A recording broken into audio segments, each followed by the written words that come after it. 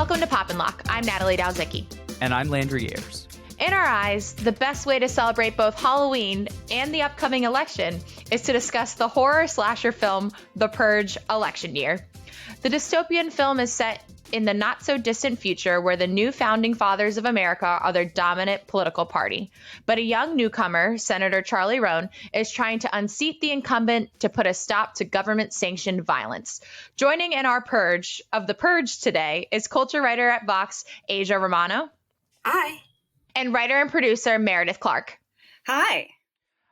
This movie is different from a lot of others that we talk about on this show, mainly because this one, to me at least, is not good. But there's a lot to talk about. It grossed over $118 million in its opening weekend worldwide, which is a lot considering it was only made on $10 million. What is it about The Purge that has consistently drawn enough of an audience and profit to merit 4 films and 2 seasons of a TV show? I mean, don't we all want catharsis in some way? It's Sure.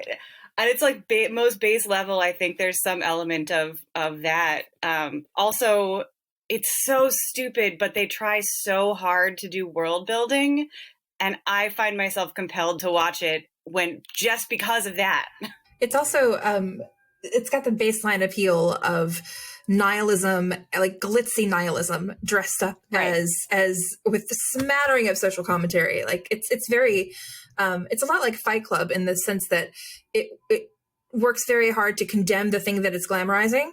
But everybody is in on the game. Like everybody knows that you're here to watch people get killed and things up. And I think election year, it's so surreal to do this with like clown music in the background because I feel like I'm in the purge. Like I don't know if you guys can hear, but for the listeners at home, there's an ice cream truck in the background right now, and this conjunction, this paradoxical conjunction of like whimsy and gleeful mayhem outside, like carnival mayhem outside, while I'm trying to discuss the very serious topic at hand, is sort of an encapsulation of the purge itself, because you have these very carnival-esque people who are all wearing masks, and they have any number of weapons that they'll use, and they're usually totally in disguise, and so you have this idea of like these marauders just roaming the streets throughout each of the Purge films, right?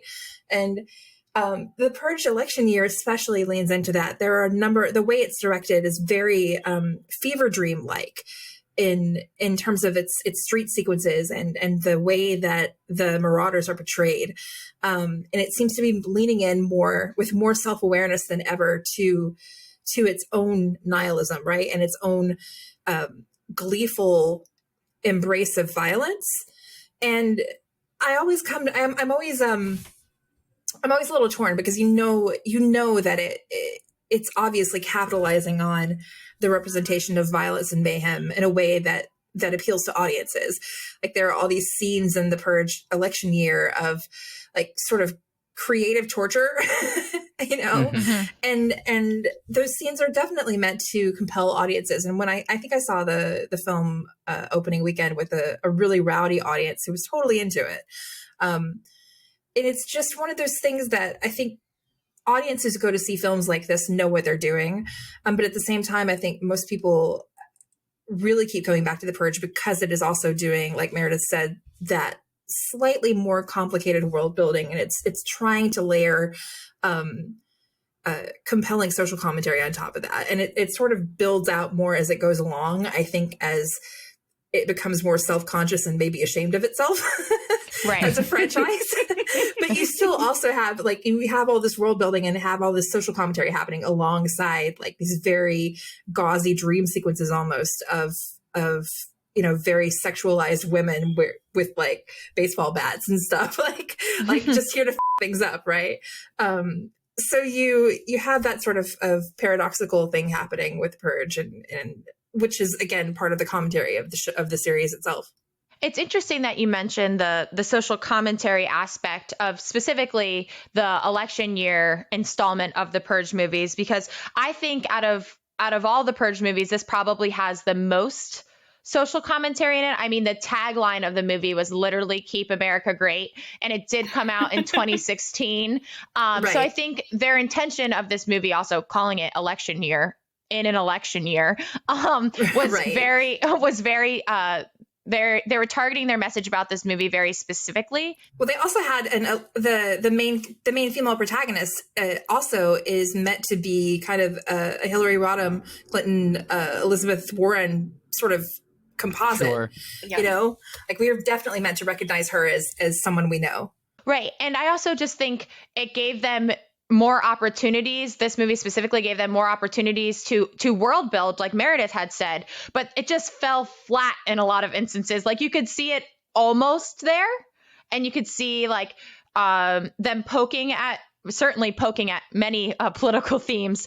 But I think that was part of, and going back to what Lendra, part of the reason the movie wasn't a good movie, like at the face of it, because they would world built just enough for the movie to like make sense, but not enough to like satisfy the audience, if that makes sense. It totally makes sense to me, like the way it pans out, because they sprinkle in, like you said, world building, world building, world building. It is an amazing conceit for a film that this whole thing has been built on. 12 hours where all crime is legal.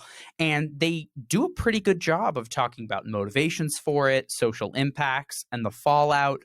But they never dig deep into any of those the leads that spring off of it. It's all like a line here, a line there, which could be taken as subtlety, but then by the end, the way the plots of the film sort of develop, it becomes hypocritical almost. Like James DeMonaco talks about how he wanted these movies, and I think specifically Election Year, to be a lot about gun violence. But by the end, you have audiences, and I read this a lot in reception about the movie, is audiences cheering on everyone killing people. Right. Specifically, Right. one that comes to mind is when Pequeña Muerte is driving the triage ambulance and runs over the purgers that are outside the convenience store, sort of defending them. And then in a single shot gets out of the car and, grabbing a shotgun, just shoots this girl in the face with like so much gore and so directly.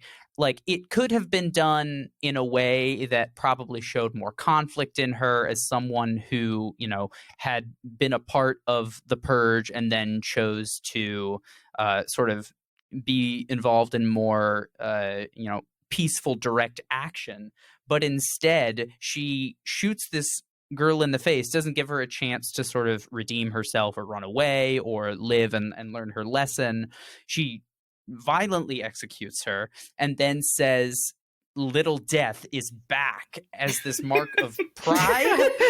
And I was kind of like, but I thought the whole point was that to me, it really does scream hypocrisy. It just falls back on everything that it's trying to criticize. I keep finding it so frustrating anytime I see, because I've seen them all. Anytime I watch these movies that, look, I'm a completist. What can I say? Oh, I get it. Because Dedicated the fan base. universe that it's set in is fascinating. I get why. Every time I find myself so much more interested in the throwaway lines or these bits and pieces of these elements. Every single character who isn't the main character is a person I want to see their story, why they're purging, why they have these fears. I'm curious about how purge insurance works. Like, all of the actual nerdy details of this universe end up being more compelling to me than, especially in Election Year, what turns out to be a pretty lame white savior narrative. It because you have this whole movie that is building up, talking about how the people who are actually being sort of hunted in the Purge and are the reason that it was created was to exterminate mainly poor people of color in the United States by this cabal of Christian fundamentalist Republicans. And it takes very good steps to show how they, dealing with the means that they have through direct action and without state support, actually are able to at least take care of themselves or support one another in the face of this state sanctioned violence, even if it's not always perpetrated by the state. What, spoiler alert, it absolutely is, we find out. Well, one thing that's powerful about that is that what you just said about the communities surviving in the face of state sanctioned violence, like that is relatable to people in terms of Sure. extrapolating a metaphor that obviously has ramifications for the way that marginalized communities get exploited by the government, right? And social systems. And so I think you have two different sort of, I guess, impulses driving the audience reaction, I think, and the audience response, because you have, on the one hand, you have I think that recognition that these are the people that we're supposed to root for, right? Like you're supposed to root for the marginalized underdogs. But then you also have the fact that this is an action movie / horror movie. And audiences of those films come to see their heroes fuck shit up. Like they come to the, specifically to the theater on opening weekend to have that shared communal, everybody cheering and clapping in the audience for the heroes. Like that's something that the movie has to deliver on in order to be an effective example of the trope, right? So how can you do that if you're also critiquing everything the trope is doing? Like that's something that not just this franchise has wrestled with, but many other action movies and horror movies have wrestled with, right? And I think the fact that I may be making this sound like I admire the franchise more than I do, but but I do think that like it's tried. This is the problem you always get, whether you're talking about any type of media from Elizabethan like morality plays on, like as you stage this and as you represent the thing is representation endorsement, right? And especially in something that's semi-satirical like The Purge is, like especially election year specifically, which I think is the most satirical of the Purge franchises or franchise movies. You get this very, very, very thin line between satirizing itself and this moment where it could further indict the audience for enjoying it. Right. But it doesn't ever quite get there. I think it's trying to, like it wants, there are films that I watch that are similar to this where, actually I was thinking about the church annihilation scene where at the end, like they basically have this like giant massacre happen in a church because, as part of its commentary on like the rise of the NRA and like the, basically the way that the NRA essentially evolved into the founding fathers, which is what the Purge franchise basically predicates itself on, right? And you have this conflation of the NRA with like religious Christianity and right-wing Christianity and fundamentalism that basically winds up in a church where they're about to very religiously kill the senator, the feminist senator who wants to ruin everything, in this religious rite, basically. And it's very, very ritualistic. There's a lot of very obvious implied commentary there, right? But then you have this like almost like Wild West shoot 'em up scene that happens, like this like over the top thing where like the heroes are in the like a vestibule up top or something and in the top of the church, and they all get shot at by like this horde of faceless FBI people or security, I don't know, people with guns, and and it's so over the top. It's staged so awkwardly. It's just like it really feels like an OK Corral kind of shootout, like something like something you would see in a Western. And it's this tonal shift from here's this moment where you have this this really kind of like sinister religious ritual being executed around the idea of these people who've essentially like embedded the ideals of worship of the Second Amendment. Basically, like that's what you have, like this idea that the Second Amendment has become a religious principle. And you sort of see that embodied on screen in a way that could be effective if it weren't immediately undermined by this. And I was thinking about what other types of films I think have done similar things more effectively. And I kept thinking about the 2014 film Kingsman, which has which has a very similar, like totally like frenzied church massacre. Oh, that's a great bloodbath. It's so great, and it's such it's almost cathartic in the way. Like I remember when I was watching it in the theater, I was the movie keeps you sort of uncomfortable with its own love of guns, but at some point it just basically asks you to accept that you're this kind of and embrace it. And like it basically just asks you, like it's a movie that you can feel asking you to just give up and accept that you want to see the heroes massacre a bunch of people in a church.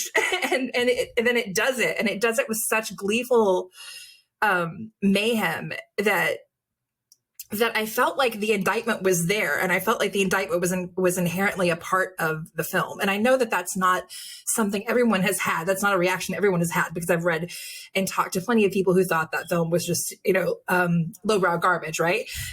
Right. Because it's so violent, because there's what's there to what's redeeming there. And I think you always have this question, as long as you're going to have action films, as long as you're going to have this on-screen glorification of gun violence, right? You're going to have this conversation. Like, is there ever a way to do gun violence on screen in a blockbuster that doesn't feel like it's either cheapening the commentary or basically just exploiting the audience's like desire to see things blown up and desire to see blood and gore and guts on screen?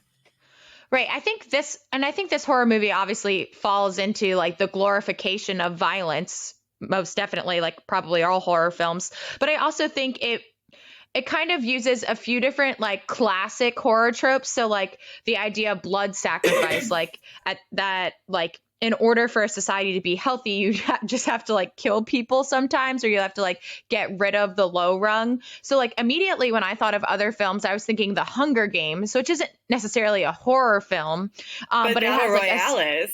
Right. Battle Royale is like the trope starter, right? Right. Yeah. And then I also was thinking of like the famous short story, The Lottery. So it's like this idea that you're like, you have people you serve up as like sacrifice. So The Purge obviously plays on this quite a bit. And it's also like that idea of sort of the village sacrifice. Like you go, I think that's sort of it's almost like a folkloric narrative too. Like thinking about stuff like the Wicker Man, like you have the lone girl who's basically like, she's sort of the bait for this policeman that the village has essentially chosen to be its annual sacrifice, right? Like you have that type of, I guess, ritualistic killing going back to very, very far in culture. And you see it, I think, increasingly in films that are trying to sort of put forth this really conservative narrative of like the ends justify the means. And I think we've been seeing a lot more of those films really pop up in the action genre over the last, I'd say, 2 decades, right? Where you get this sense of the narrative's ultimate conclusion seems to be that it can indict every other person in the film for violence except the hero, who gets to be the sole exception, right? Like their violence is always justified. Their violence is always the thing that is good violence, right? And you don't really ever get a full critique of what you do, but very, very rarely, I think, do you get a film that really commits to fully critiquing the violence and critiquing the sort of moral toll, the sort of mental toll that it takes on all the characters, no matter who's involved and no matter why, especially like in the action genre particularly. And I couldn't really think of any. I thought maybe Logan, the X-Men film Logan, sort of Sure. got close to that, but still, it's still an X-Men film, right? So I don't know. Like, I don't know what your thoughts are on that, but I couldn't think of any other examples off the top of my head. Not in the sort of blockbuster space. I think the something that really ends up being a problem with the Purge election year is that it just felt like there was no weight to this idea. People speak about there being a toll to the violence, and yet it's really, nobody actually believes it. They just kind of go along. Right. And that somehow you say, oh, no, that's fine. And also it's ridiculous that a movie this silly attempts more to critique state-sanctioned violence than like our prestige. The government has to do some really messed up shit to get justice against the bad people. Right. It's like, why, we gave a bunch of Oscars to Zero Dark 30, but The Purge is really morally reprehensible. Sorry, guys. Like, let's step back. Yeah.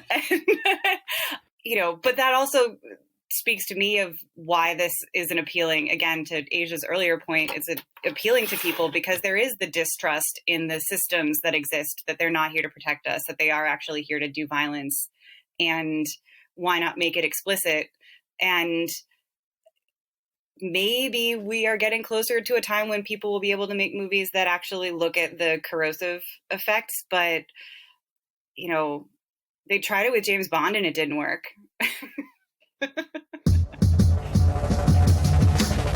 You bring up a really interesting point, which is the sort of the repercussions of the Purge within the world and the lack of effect that seems to be exhibited outside of the Purge for things that happen during the Purge, and also the distinction between government-sanctioned and enacted violence and private action. It seems odd to me in this movie and in the universe that it seems like because the government sanctioned this the new founding fathers are strong enough to rewrite enough of our regulation to establish a night where for 12 hours everything is illegal, but still allow for a second party and an election. Now, whether that is sort of being, is sort of fraudulent and, they have puppet candidates that might have started that way. But it seems like from the Purge election year that there are real candidates that are gaining support and people want this. And there is enough of a population that they can end the Purge and win the Electoral College with over 270 votes, all thanks to Florida. It's just weird to me. Do private actors not have any incentive to try and stop the Purge? Like insurance companies, sure, they benefit from the Purge because people need Purge insurance and they, charge super high premiums, and that, you can think about that what you will, but no other private entities are launching campaigns to be like, hey, maybe we shouldn't purge. This is bad for business. Like in that world, would Amazon be like, you know what? Purging's actually pretty good for us. We can sell a lot of guns and bullets and ship those. Or would there be enough that Amazon or some other company would be like, maybe we shouldn't do this? Well, Amazon would be against it because they'd be too worried about their warehouses and they wouldn't want to lose their product. I mean, I think that this is a really interesting question, because if you asked it before 2020, my answer probably would have been different. But it's like the Jurassic Park thing. Like you watch Jurassic Park and you're like, well, why the hell are they keeping the parks open? And why the hell are we still in October of 2020 still trying to convince people that if they go outside they will die? Like, why is that a thing that keeps having to happen? Like, why do we keep having, why is there such a social resistance to actually taking fundamental change to fix the pandemic, to basically like alleviate pain and harm being caused during the pandemic, right? Like instead you have colleges reopening, you have schools reopening, you have everything reopening, and people are just basically being told that they have to return to work and deal with it, right? Like this is the reality that we're in. Like, there's like at no point has there been any sort of like major corporation or figurehead of capitalism, I would say, that has stepped forward to be like, my profits are not as important as the lives of the people in my employ. So everyone will be staying home indefinitely with pay so that they'll have what they need so that they can all return when they're healthy. Like, that's not a thing that is happening, right? So having seen this play out over the last however many months, I don't really feel like I am as worried about the I guess the logistics of why people aren't protesting the purge as much, right? Yeah. Like, well, I mean, and we've seen this over the last 4 years, like the systematic destruction of democracy in this country, right?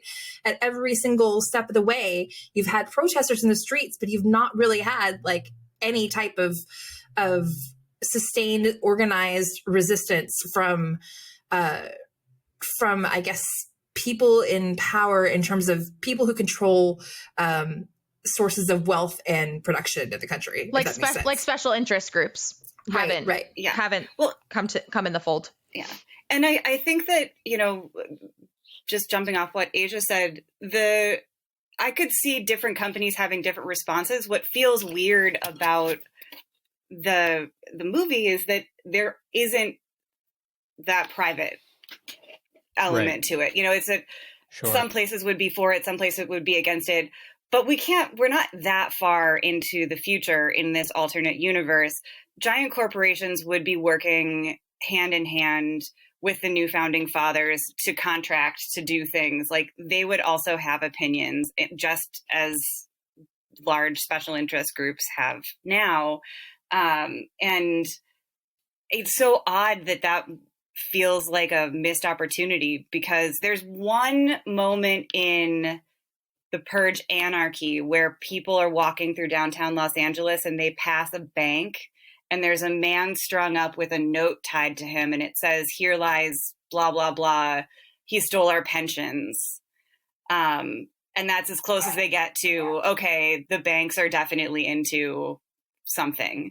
I also wonder, I wonder if there's, I mean, thinking about those side stories, the fact that all crime is legal, right? Like, it seems like there would be so many opportunities if the Purge was really committed to, and I haven't seen the series, so it's possible that the series is delving into this more on the like micro level that I think we're talking about. But it seems like there would be so many opportunities for a type of restorative justice and a type of look at ways the night of purging could be used to rectify imbalances. Like, even if it's stuff like, I don't know, sabotaging pipelines in Native American spaces, right? Like, a friend of mine asked me, and I said, well, I'd break into a drug warehouse and I'd steal a bunch of insulin to give to people. Yeah, like something like that. You know, right. I was watching a YouTube video where someone was saying that the way that to end the purge, to stop the purge and stop the violence, is for enough people to get together and file fraudulent tax returns during the period, because it falls during the tax filing season, and you can file your tax returns and claim a huge amount, and then you'll just drain the new founding fathers' government, and you have to start over again.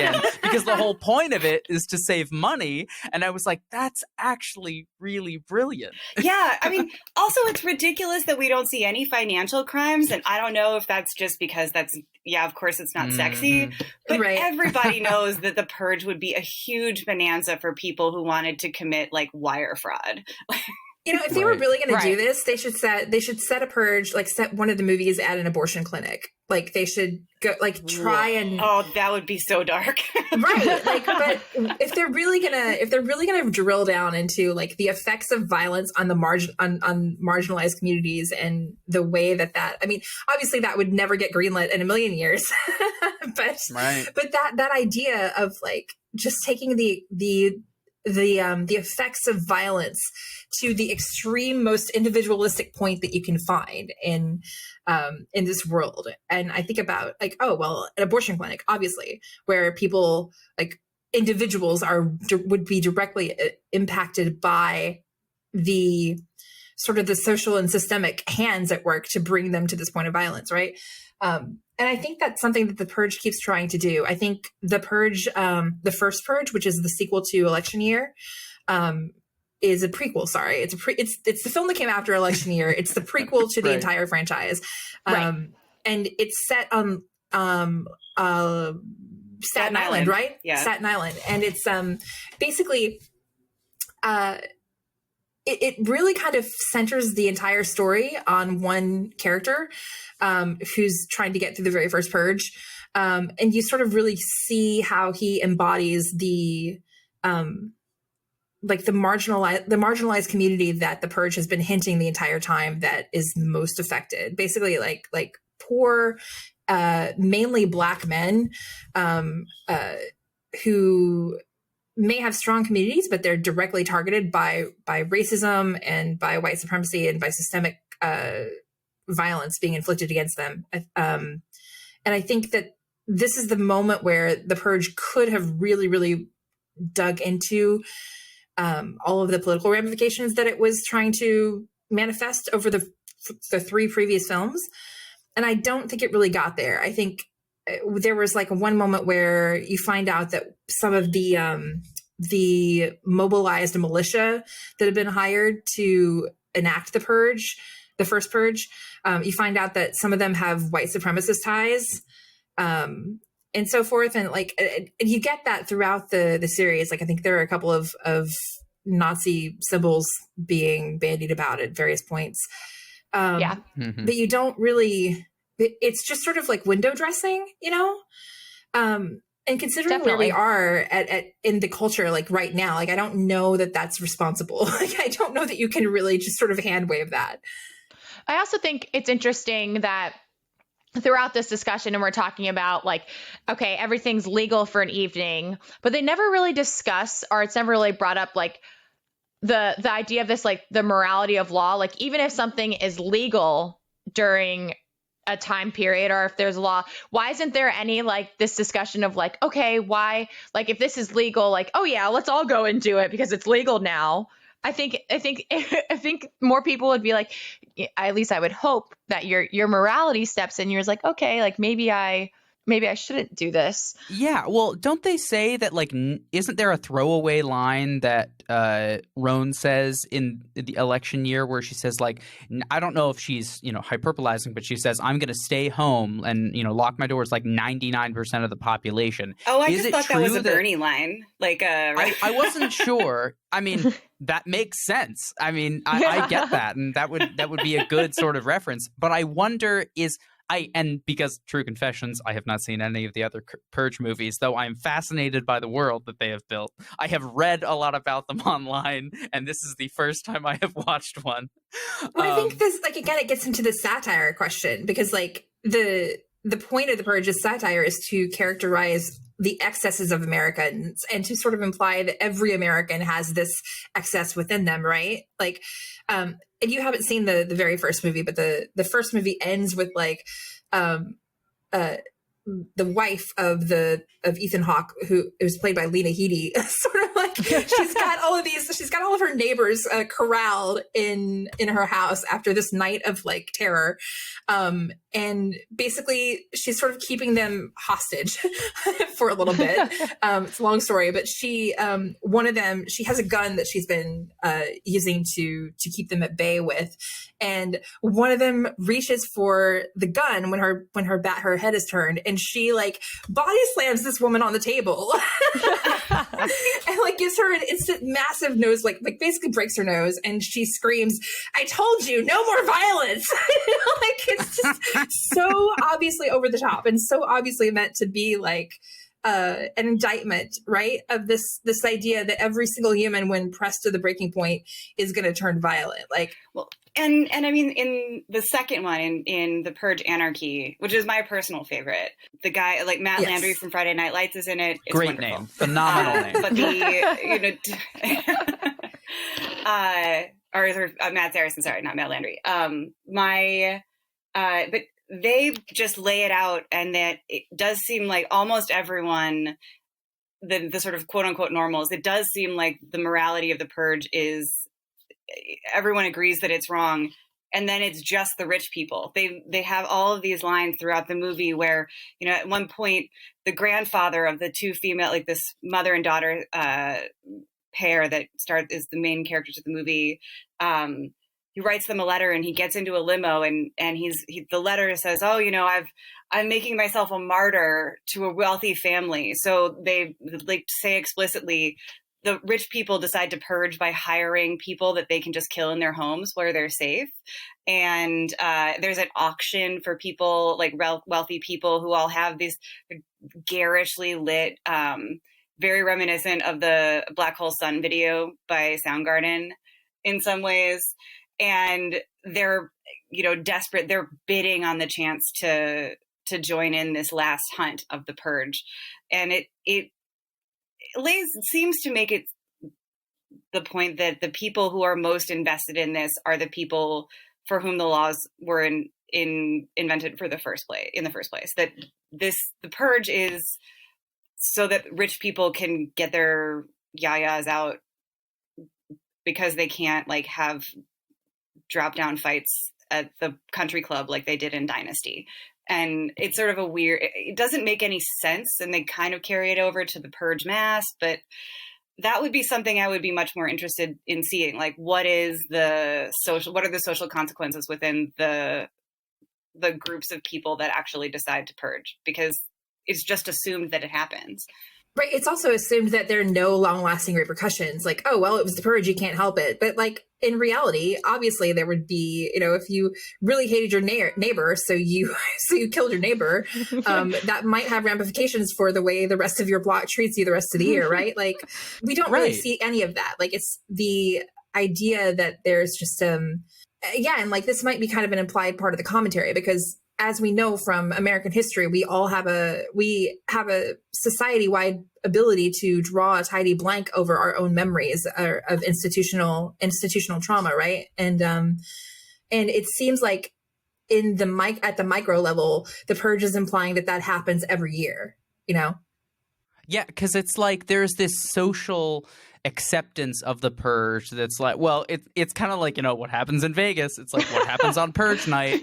Everyone just kind of is like waves their hand at it. Whereas, you know, I wonder, like in a job interview, or like, you know, if you apply to a job and then you post a bunch of pictures on Facebook or on Twitter of you like can't wait for purge, or like just purged last night, because, you know, it's legal and you don't have to worry about it, would employers not be like, well, we don't want a purger in our office? Or would the new founding fathers codify that into something that you can't discriminate based on? Well, that's actually a part of the television show. I think I remember from one of the episodes where there's some young couple and they're struggling to make it, and they, you know, to be accepted to get this job, like you have to purge to be accepted into this, you know, exclusive. Oh, so they flip it. It's that you have to purge to get the job. You're not the right kind of person unless you're willing to do this. And it's great idea. Have no idea if the show's so great. ridiculous. I mean, this movie is not good, right? And the fact that there's been 4 of them and there's like more in the works, it's just like mind blowing to me. But another thing I was thinking of, like, if we're getting into like the nerdier aspects of the movie, like why didn't they build out like how do you get a job after you purge? Like Landry said, they like very briefly mention this idea of murder tourism and the fact that people would travel from other countries to come in just to kill Americans.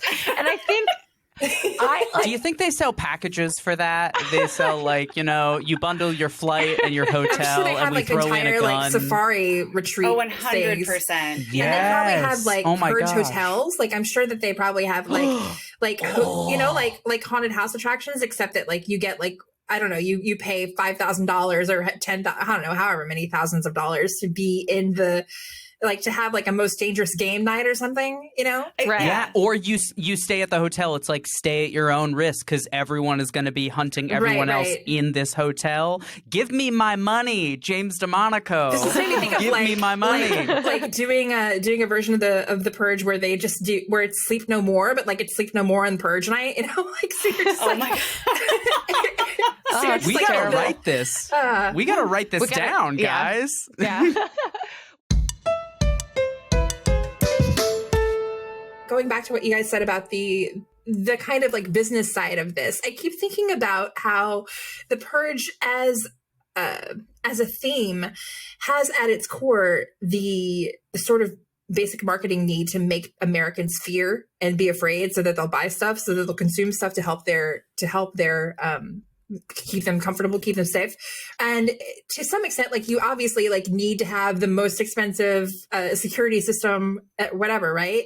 In order to survive Purge night. And so like the very first Purge movie really emphasizes that Ethan Hawke is living in this like probably gated community in this very, very secure house, right? That is still not secure enough to keep the Purgers from getting inside, right? But I keep thinking about like how expensive that entire like home security must have been, and thinking like, so what do people do if they're living in apartments? Like, how does that look for like, how does like the average New Yorker protect themselves from the Purge if they're wealthy and they can afford it, but they're living in an apartment, right, or a condo? And I also wonder how that system sustains itself, because once you've outfitted everybody, once you've given everybody the security system, what else can you sell them? Like what are the other accoutrements of capitalism that coalesce around purges, if that makes sense? Yeah, and I just think like there are so many good stories you could tell as like offshoots of this story. Like I good, and by good I mean like absolutely terrible. Like they turned out to be absolutely terrible films. But I just think like this whole, like, there are so many like one-liners they throw in, and whether it's like murder tourism or like purge insurance, and like I'm sure the show goes into more detail. I'm gonna admit too, I've never seen the show, and you know, after this conversation I probably still won't go and see the show, but I just like there's so much that's ripe for so much opportunity here to really expand on the universe, because apparently there's a big enough audience to do so. But I think another thing that came up while you guys were talking is this idea that like, so obviously the rich and like we were saying, the big businesses are capitalizing on this purge night, whether they're selling security or they're selling guns or what have you. And it's like they're and then the rich participate because it's like a way to like, for lack of better terms, like get out their need to be violent. And that was like very similar to the conversation we had about Westworld, was this idea that like, because the rich are ready and willing to pay money to go into this alternate world where they can be like not judged, and they can go like live in the Wild West and like shoot people if they want, or like cheat on their wives with like robot-esque almost, well, I mean, Westworld's a whole nother story, but it's the same idea as like the rich have like these access points where they have to like, where they can like express all their sins and they can go and do as they please. And it just got me thinking of like that same conversation that came up, and it's another conversation for it that's eminent in Jurassic World as well. But I just thought it was interesting that yet again we have a story that it revolves around this idea that the rich are paying to do these terrible things in order to, I don't know if it's like to get is it like stress relief, or is it like, I don't know, they're like living out their violent dreams, what have you. But I just think it's kind of another element to make you think whether or not throughout the Purge movies, if like they're speaking to a larger critique of like capitalism, or if they're just speaking to a larger critique of like democracy, or like democracy run amok. I've always thought it was an attempt to critique capitalism, not necessarily successful in almost every way, but it is smart to connect it to other films that have been made recently that lay out explicitly that we have created a system by which the richest people among us function and operate under a completely different system of rules, whether it's for the way they make money, the way they spend their time, the way they can get away with, the way they operate through the justice system, the way that they get a special Uber VIP space in LAX. And everybody wants to kind of understand that because it's so foreign. And this just happens to use explicit, gory violence, because don't we all, I mean, I certainly think that somebody that rich would probably kill me for sport if they could. Like, it just doesn't seem that far-fetched, but, you know? Definitely. Yeah. Oh, it's like that Parks and Rec bit with Jason Mantzoukas where Aziz Ansari says, like, I think that dude wants to hunt me.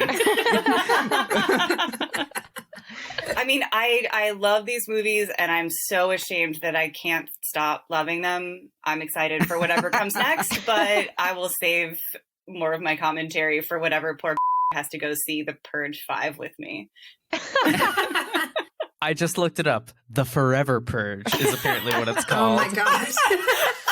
Oh, I'm so excited for that. Oh god. Is that also coming out on like July 4th, or what are we moving it to Probably. now? I think it was supposed to come out this year, and then, the world happened. They they love putting them out during election years.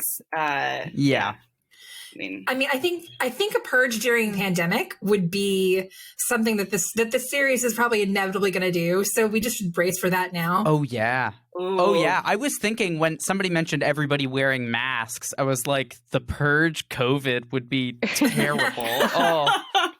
Oh gosh. It's too real. Yeah, And they're going to do it. I know they're going to do it. Purge-demic. No. Purge-demic. It's coming. We should save all of these ideas, by the way. We said them first. We should destroy all of these ideas. You should just, I don't know, destroy this cursed podcast episode. And now for the portion of the show where we get to share all of the other pieces of media that we've been enjoying during the pandemic. This is Locked In. So, Asia, Meredith, what else have you been enjoying with your time at home? I've been enjoying a lot of Chinese drama throughout the year because I got really into this drama called The Untamed, which I actually wrote about for Vox, and which is you've probably seen on your social media timelines here and there because it's been wildly popular. And I started watching that in January and have just sort of fallen down the rabbit hole of watching all kinds of entertainment related to the actors and also watching more Chinese drama and more adaptations by the author who wrote the book that The Untamed is based on. So there's a lot of different threads that I've been following. One of them that I'm watching right now that I'm really enjoying is this drama called Winter Begonia, which is set in the 30s in the Peking Opera House. So one of its main characters is the star of the Peking Opera, and he befriends this man who basically is the son of a really wealthy family that gets drawn into like interpersonal and political conflict, and it sort of follows them and their friendship over the years, and it's really fascinating and really engrossing, and I really am enjoying it. And the other thing that I've been really enjoying lately is this animated series. It's, well, in China, they would call it Donghua, of this book called The Scum Villain Self-Saving System, which is this really funny series where the main character gets sort of transported into a terrible harem novel and he's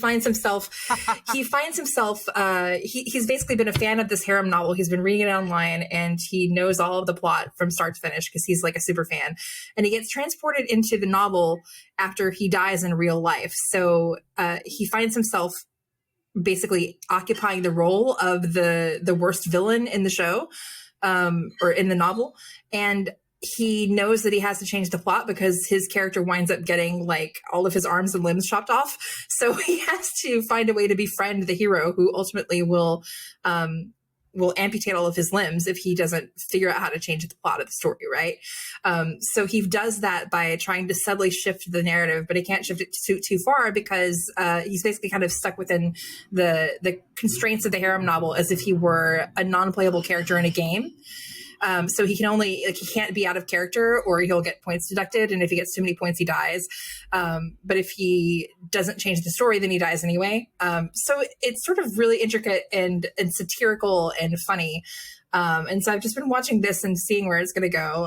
And it's been kind of a delight. So I guess those are my two kind of obscure recs for you guys: Winter Begonia and the Scum Villain Self-Saving System. So, Ooh, my thoughts are a little bit they're less obscure, I guess, but I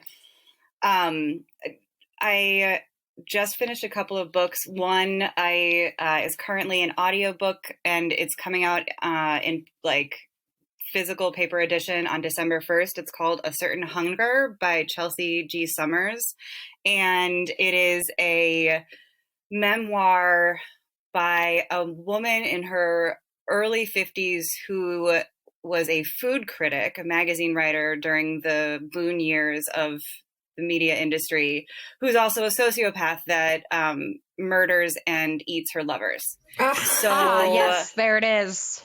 And The Purge. It is delightful. Isn't every food critic a sociopath who murders and eats their lovers? Like,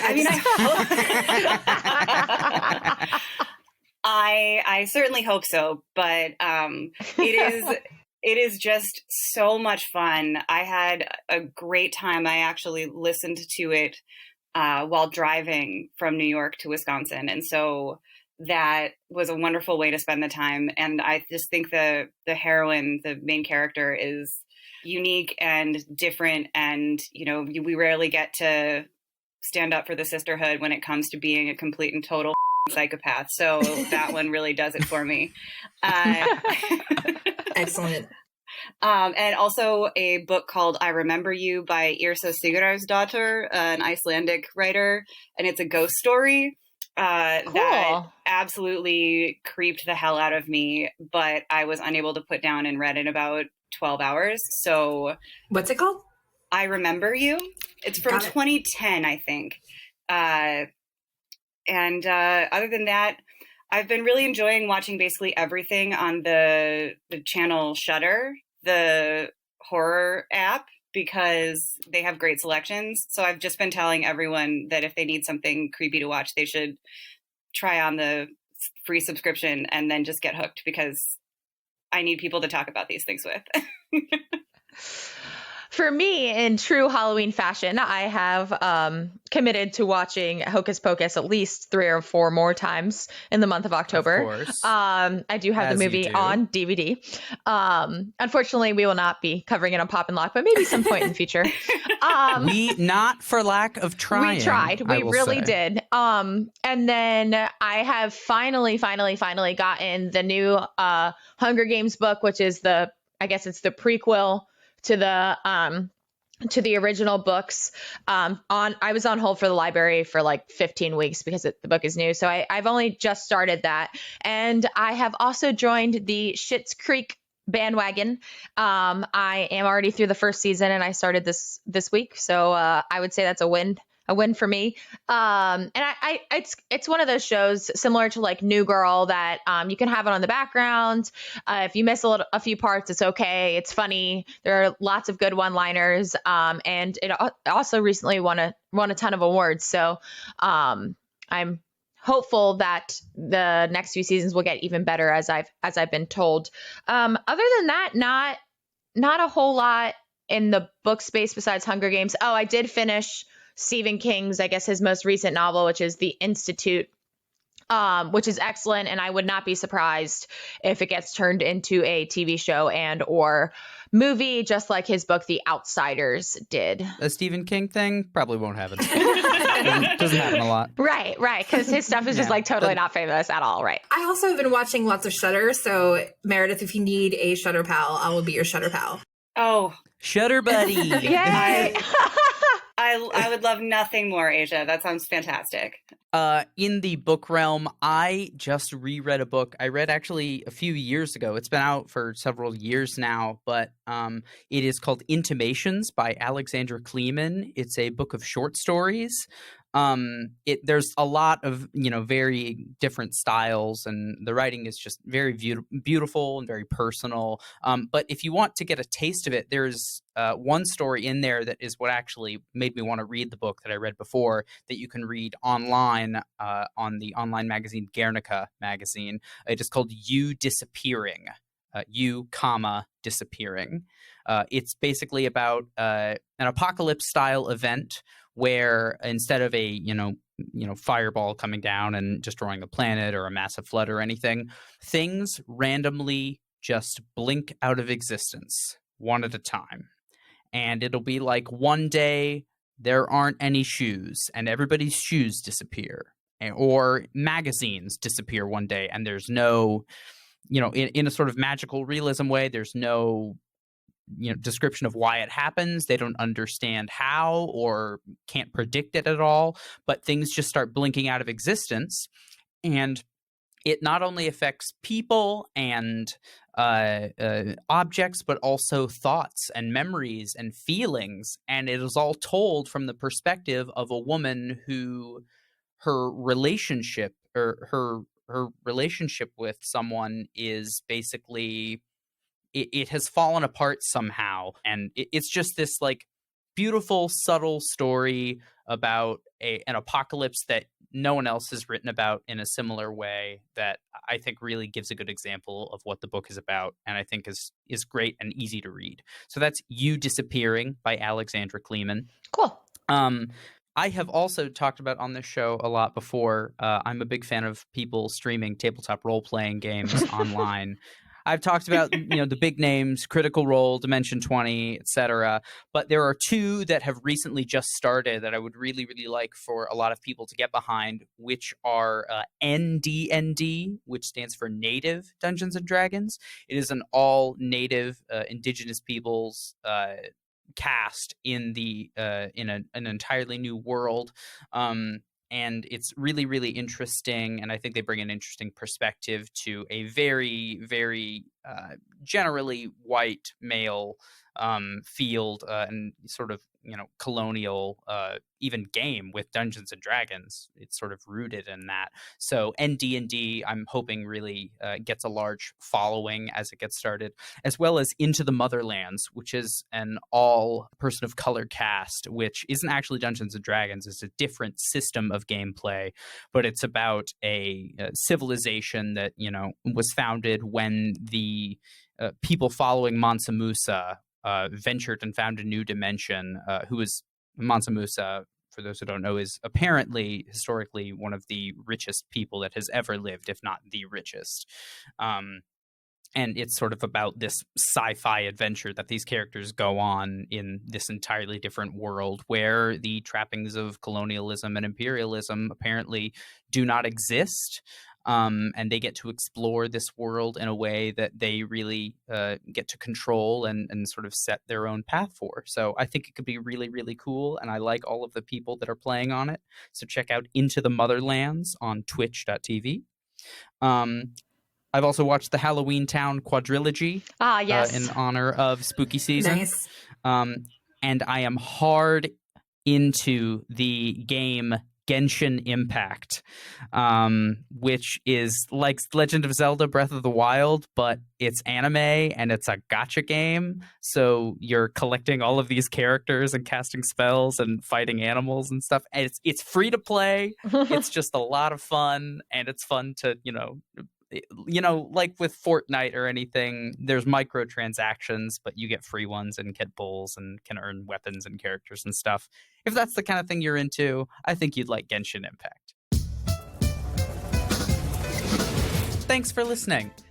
If you think you have a way to solve or at least survive the Purge more effectively than tax fraud, make sure to tweet at us on Twitter. You can find us at the handle @PopandLockPod. That's pop, the letter N, lock with an E like the philosopher, pod. Make sure to subscribe to us on Apple Podcasts, Spotify, or wherever you listen. We look forward to unraveling your favorite show or movie next time. Pop and Lock is produced by me, Landry Ayres, as a project of Libertarianism.org. To learn more, visit us on the web at www.libertarianism.org.